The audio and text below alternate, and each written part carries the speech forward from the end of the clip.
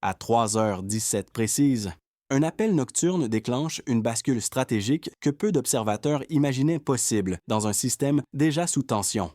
En quelques minutes, sans cri ni menace visible, une mécanique froide prouve qu'un pouvoir discret peut réécrire agenda, procédure et perception simultanément. Que change pour vous ce basculement lorsque Ibrahim Traoré découvre que l'enjeu réel n'est pas la sécurité physique mais la souveraineté sur le temps? Car ce moment ouvre une séquence plus vaste, où résister ne signifie pas frapper, mais reprendre le rythme avant que d'autres l'imposent durablement. Vous êtes sur le point d'entendre une lecture qui compte, non parce qu'elle choque, mais parce qu'elle éclaire un angle que beaucoup évitent par prudence. Vous allez comprendre ce qui se joue réellement et pourquoi cette séquence modifie la manière d'évaluer le pouvoir, la pression et la décision. Et ce n'est pas un récit à écouter distraitement.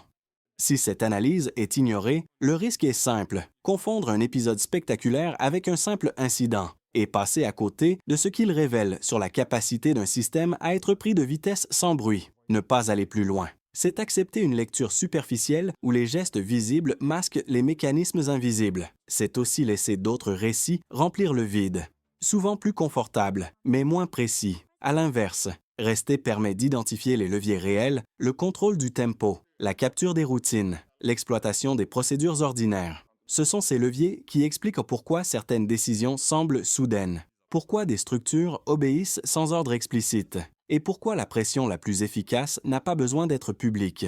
Comprendre cela donne un avantage rare, savoir reconnaître quand une situation bascule avant que les effets ne deviennent irréversibles. Les premiers éléments confirment rapidement une chose dérangeante. Cet appel n'était ni improvisé ni symbolique. Il s'inscrivait dans une séquence déjà en mouvement, pensée pour produire un effet précis sur le comportement et les décisions d'Ibrahim Traoré.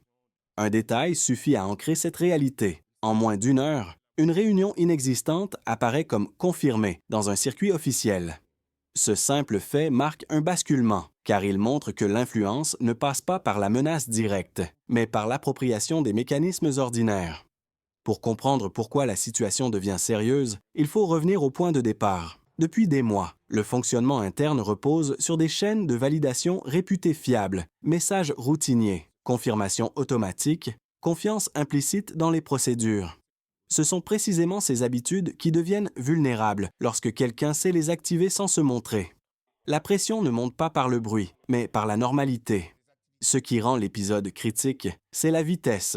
La démonstration ne s'étale pas sur des semaines. Elle se déploie dans un créneau de quelques dizaines de minutes. Ce rythme court empêche toute analyse à froid et force des décisions sous contrainte temporelle. À ce stade, l'enjeu n'est plus de savoir qui agit, mais comment l'action se diffuse. Les premiers touchés ne sont pas des figures publiques, mais des maillons intermédiaires. Un agent qui valide un déplacement, un conducteur qui obéit à une consigne apparemment légitime, un collaborateur qui transmet sans douter, chacun agit correctement, selon les règles. Et c'est précisément ce qui rend l'ensemble dangereux. La responsabilité se dilue pendant que le système avance.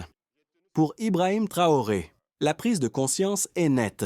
Il ne s'agit pas d'un test psychologique isolé. Il s'agit d'une tentative de prise de contrôle indirecte, où l'objectif est moins d'imposer un ordre que de rendre l'obéissance automatique. À partir de ce moment, la question centrale n'est plus qui menace, mais comment rompre un mécanisme qui fonctionne trop bien.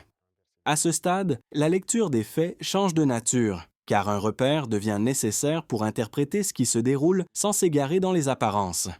Ce rôle n'est pas tenu par un discours public ni par une institution abstraite, mais par une capacité d'observation froide, ancrée dans l'expérience du fonctionnement interne. L'analyse converge vers un même constat. La menace ne vient pas d'un excès de force, mais d'une précision méthodique. Un observateur habitué au rouage administratif comprend immédiatement ce que cela implique. Quand une consigne circule sans résistance, ce n'est pas parce qu'elle est juste, mais parce qu'elle ressemble trop à la routine pour être questionnée. Un premier effet apparaît très tôt. Les acteurs intermédiaires modifient légèrement leur comportement, sans même en avoir conscience. Ils ne se sentent ni contraints ni menacés, seulement pressés d'exécuter correctement. Ce glissement est discret, mais il installe une nouvelle norme. Répondre vite vaut plus que vérifier. Un second impact confirme que l'épisode n'est pas isolé.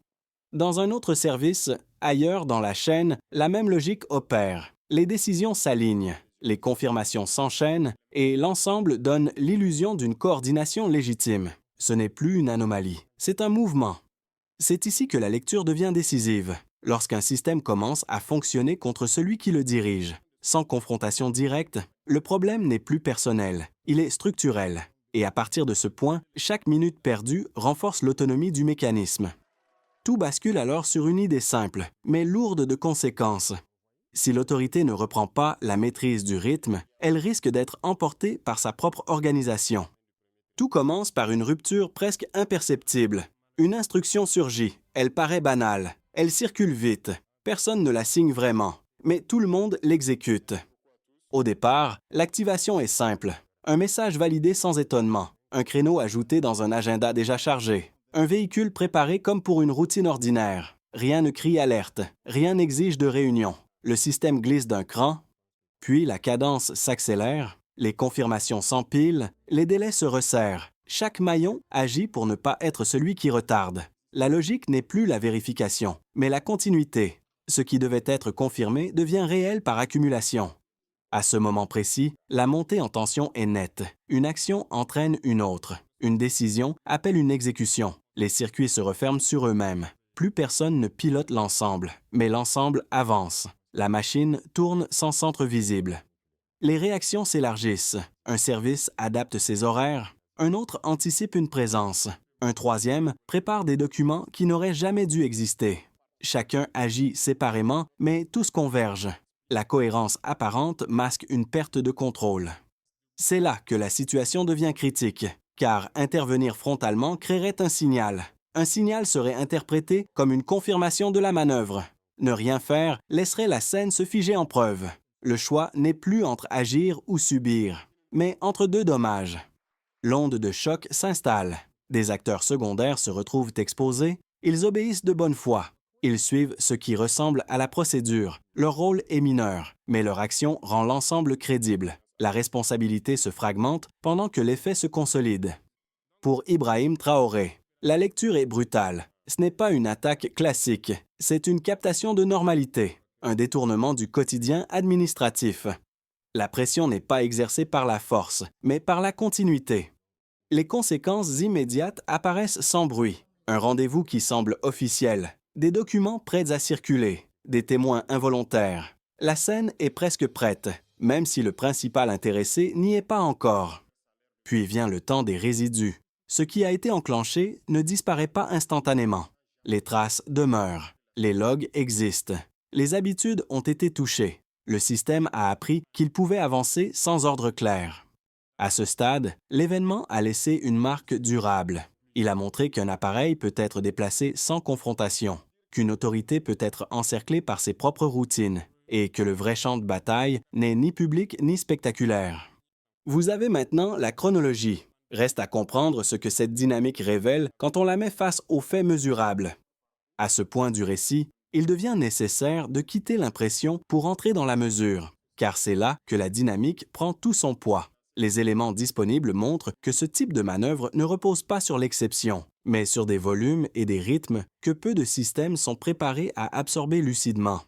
Le premier indicateur concerne l'ampleur. Dans une organisation centrale, plusieurs dizaines de validations opérationnelles transitent chaque jour par des circuits semi-automatiques. Cela signifie qu'une seule instruction bien placée peut se propager très largement sans jamais être interrogée.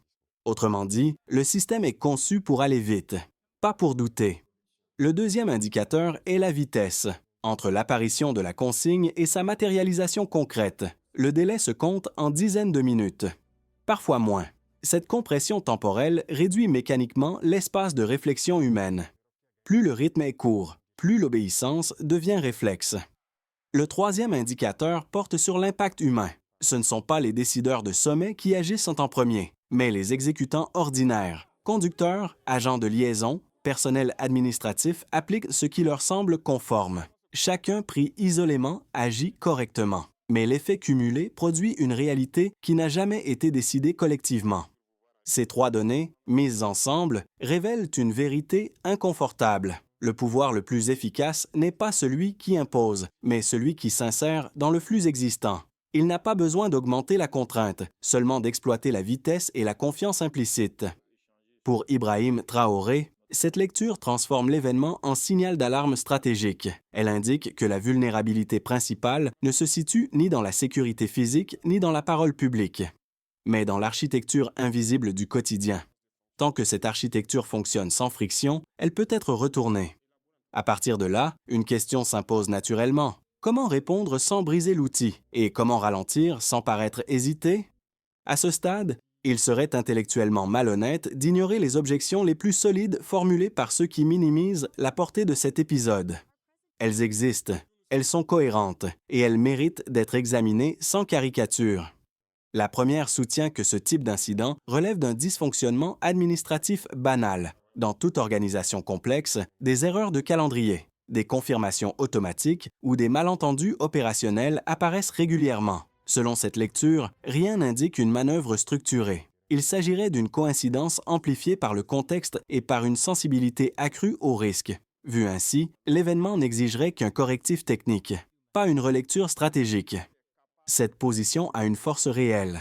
Les systèmes modernes produisent parfois des effets non intentionnels, surtout lorsqu'ils privilégient la rapidité. Cependant, elle laisse de côté un élément clé, la synchronisation. Une erreur isolée crée du bruit.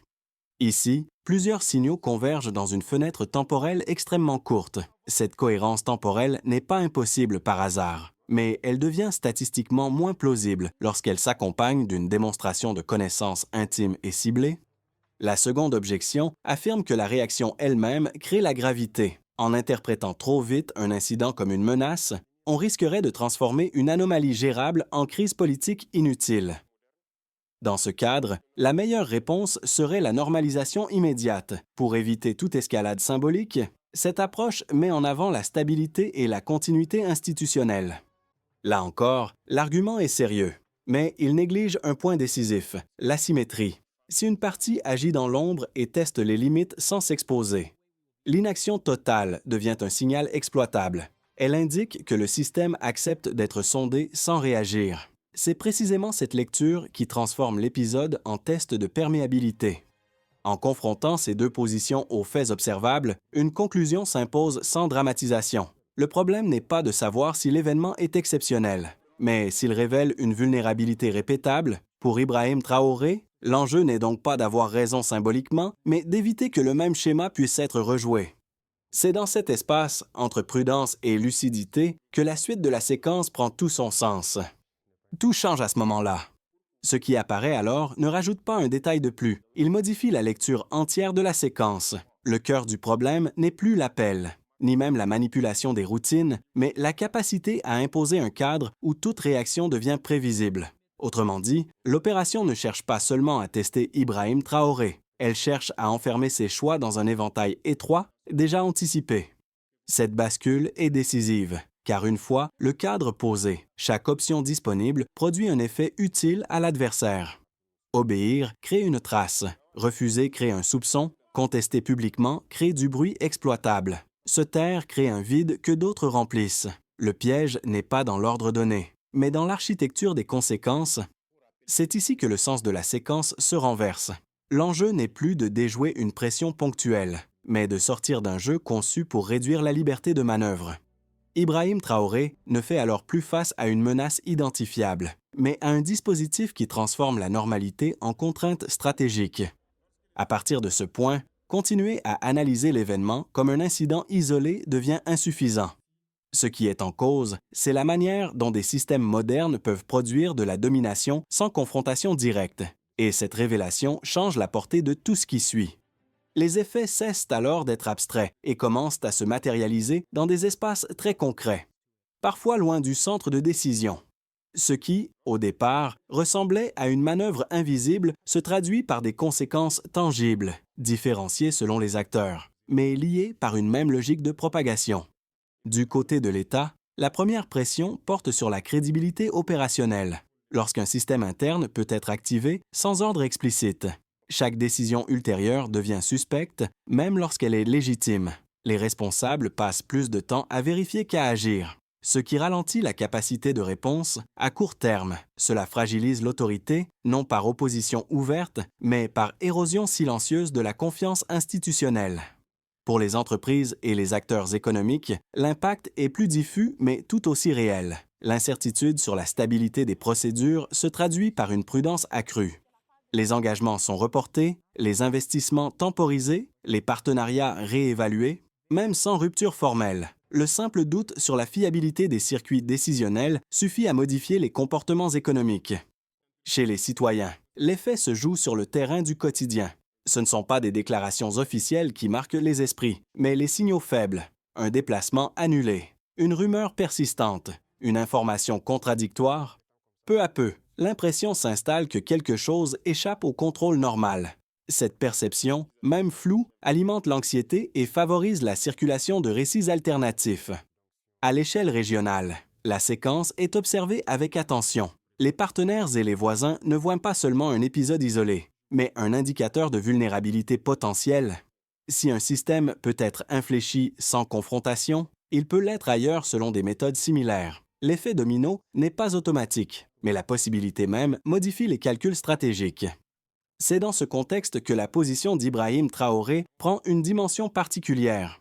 Il ne s'agit plus seulement de gérer une situation interne, mais d'envoyer un signal implicite, montrer que la mécanique a été identifiée et que ses effets ne sont pas subis passivement. La réponse, même discrète, devient un message à destination de multiples audiences.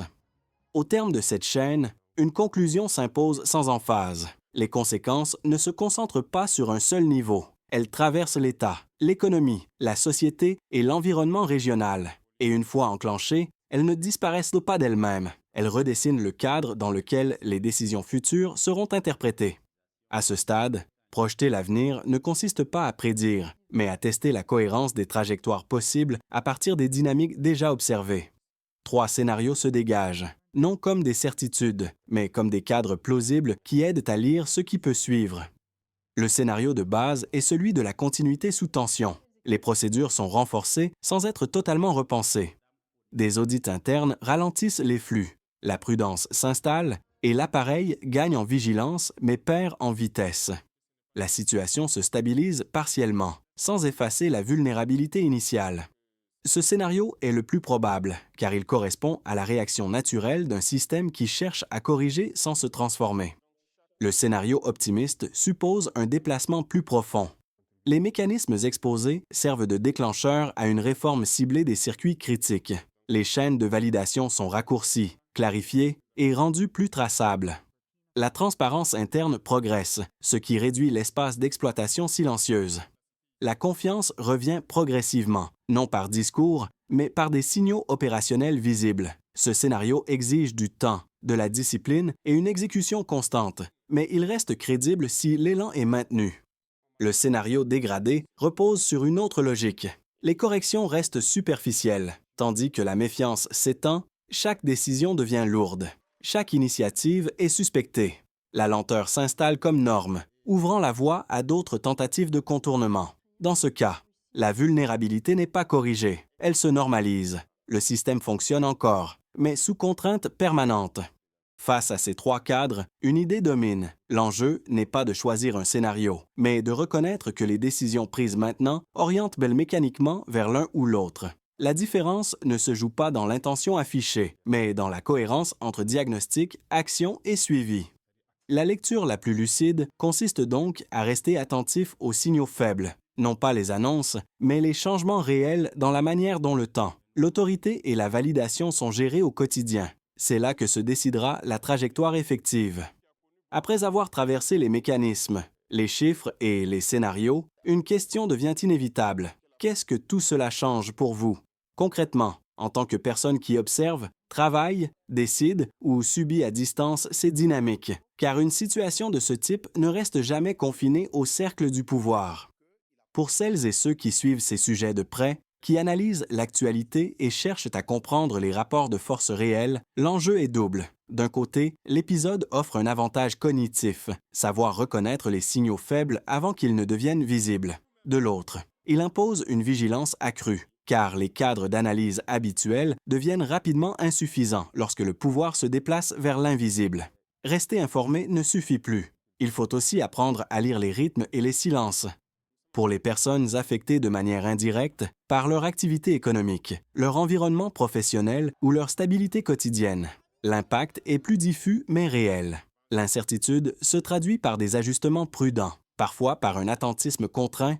Comprendre ces dynamiques permet au moins de replacer ces tensions dans un cadre plus large et d'éviter de les interpréter uniquement comme des dysfonctionnements isolés ou personnels. Enfin, pour ceux qui pensent que ce type de séquence ne les concerne pas, le risque est précisément là. L'histoire récente montre que les transformations silencieuses finissent toujours par produire des effets visibles. Ignorer les signaux en amont revient souvent à subir les conséquences en aval, sans marge de manœuvre. Quelle que soit votre position, une chose demeure. Comprendre ces mécanismes n'apporte pas de solution immédiate, mais cela redonne une forme de contrôle, celui de ne pas être totalement surpris lorsque les règles implicites commencent à changer.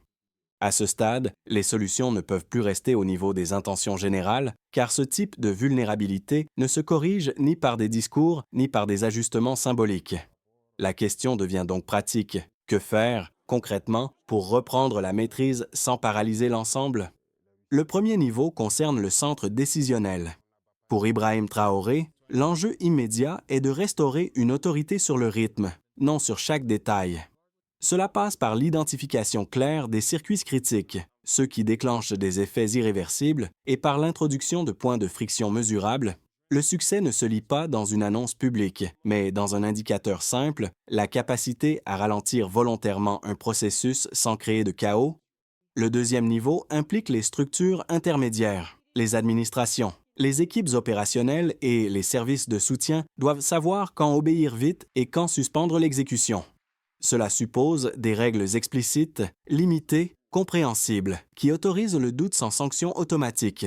La mesure du progrès ici est claire. Moins d'actions irréversibles déclenchées sans validation humaine identifiable. Le troisième niveau touche la sphère économique et organisationnelle. Les partenaires, entreprises et opérateurs ont besoin de signaux de stabilité opérationnelle, non pas des promesses, mais des routines clarifiées, des chaînes de décision lisibles et des délais assumés. La réussite se traduit par le retour progressif de décisions prises sans attente excessive. Signe que la confiance fonctionnelle revient. Enfin, un quatrième niveau concerne la société dans son ensemble. Informer sans dramatiser, expliquer sans exposer et rappeler que la normalité n'est pas l'absence de contrôle mais sa bonne répartition. Là, l'indicateur n'est pas chiffré. C'est la réduction des rumeurs au profit d'une compréhension plus sobre. Dans tous les cas, une règle domine. La solution ne vaut que par son exécution constante. Sans cela, le système apprend seulement qu'il peut être testé à nouveau. Le fil de cette séquence ramène naturellement à l'image qui avait servi de repère au début, celle d'un pouvoir confronté non à une attaque frontale, mais à une pression presque invisible. À ce moment précis, ce n'est ni un discours ni une démonstration publique qui compte, mais la manière dont chaque décision a été pesée, retardée ou assumée. En remontant le chemin parcouru, on voit clairement le déplacement, d'un appel isolé à une mécanique structurée, d'un incident apparemment intime à une leçon sur le fonctionnement réel des systèmes modernes. Ibrahim Traoré n'est plus seulement face à une menace ponctuelle, mais face à une révélation sur ce qui fragilise ou protège une autorité dans la durée. Ce trajet n'a pas été linéaire. Il a traversé la routine, la vitesse, la confiance automatique, puis la nécessité de reprendre la main sans bruit. C'est précisément cette retenue qui donne à l'ensemble sa portée. Elle montre que le pouvoir ne se joue pas seulement dans l'acte visible, mais dans la capacité à refuser un tempo imposé. Au-delà du cas précis, une idée s'impose avec force. Les sociétés contemporaines sont moins vulnérables à la force qu'à la normalité détournée. Là où tout semble fonctionner, quelque chose peut déjà glisser. Et c'est peut-être là le point le plus lourd à retenir. La véritable épreuve commence toujours avant que l'on sache qu'elle a commencé. Après ce parcours, il reste une chose essentielle à reconnaître. Chaque personne qui a suivi jusqu'ici n'a pas simplement écouté un récit. Elle a traversé une grille de lecture qui modifie la manière d'observer le pouvoir, la décision et le silence. Les conclusions ne sont pas imposées. Elles se forment à partir de ce que chacun retient. Si cette analyse vous a semblé utile, ce n'est pas parce qu'elle apporte des réponses définitives, mais parce qu'elle ouvre un espace de réflexion que peu de récits prennent le temps de construire. Un espace où l'on peut confronter des points de vue, comparer des interprétations et affiner sa compréhension sans céder aux réactions immédiates. Partager cette lecture avec d'autres n'est pas un geste anodin. C'est permettre à davantage de personnes de dépasser la surface des événements, d'éviter les raccourcis et d'entrer dans une discussion plus exigeante, non pour convaincre, mais pour éclairer. La question qui reste ouverte est volontairement simple. Selon vous, dans un monde où la contrainte devient de plus en plus invisible, quel est le premier réflexe à cultiver pour ne pas perdre la maîtrise de ses choix? Pour conclure, il convient de rester dans le même registre que tout au long de ce parcours, calme, respectueux et ouvert. Chaque personne qui arrive ici porte déjà sa propre lecture, façonnée par son expérience, son contexte et ses priorités. C'est précisément cette diversité de regards qui donne de la valeur à une discussion construite. Si ce cheminement vous a paru pertinent, ce n'est pas parce qu'il prétend dire le dernier mot, mais parce qu'il propose un cadre pour penser autrement. Un cadre où l'on prend le temps de relier les faits, de mesurer leurs implications et d'accepter que certaines réponses restent provisoires. Dans un environnement saturé de réactions rapides, cette lenteur réfléchie est déjà une forme d'action. Transmettre cette analyse à d'autres peut alors devenir un geste simple mais utile, non pour imposer une conclusion, mais pour inviter à regarder au-delà de l'évidence immédiate. C'est ainsi que se construisent des échanges plus lucides, capables de résister aux récits trop faciles. La question finale reste volontairement ouverte, car elle vous appartient. Face à des formes de pouvoir de plus en plus discrètes, quelle vigilance personnelle vous semble aujourd'hui la plus essentielle à cultiver?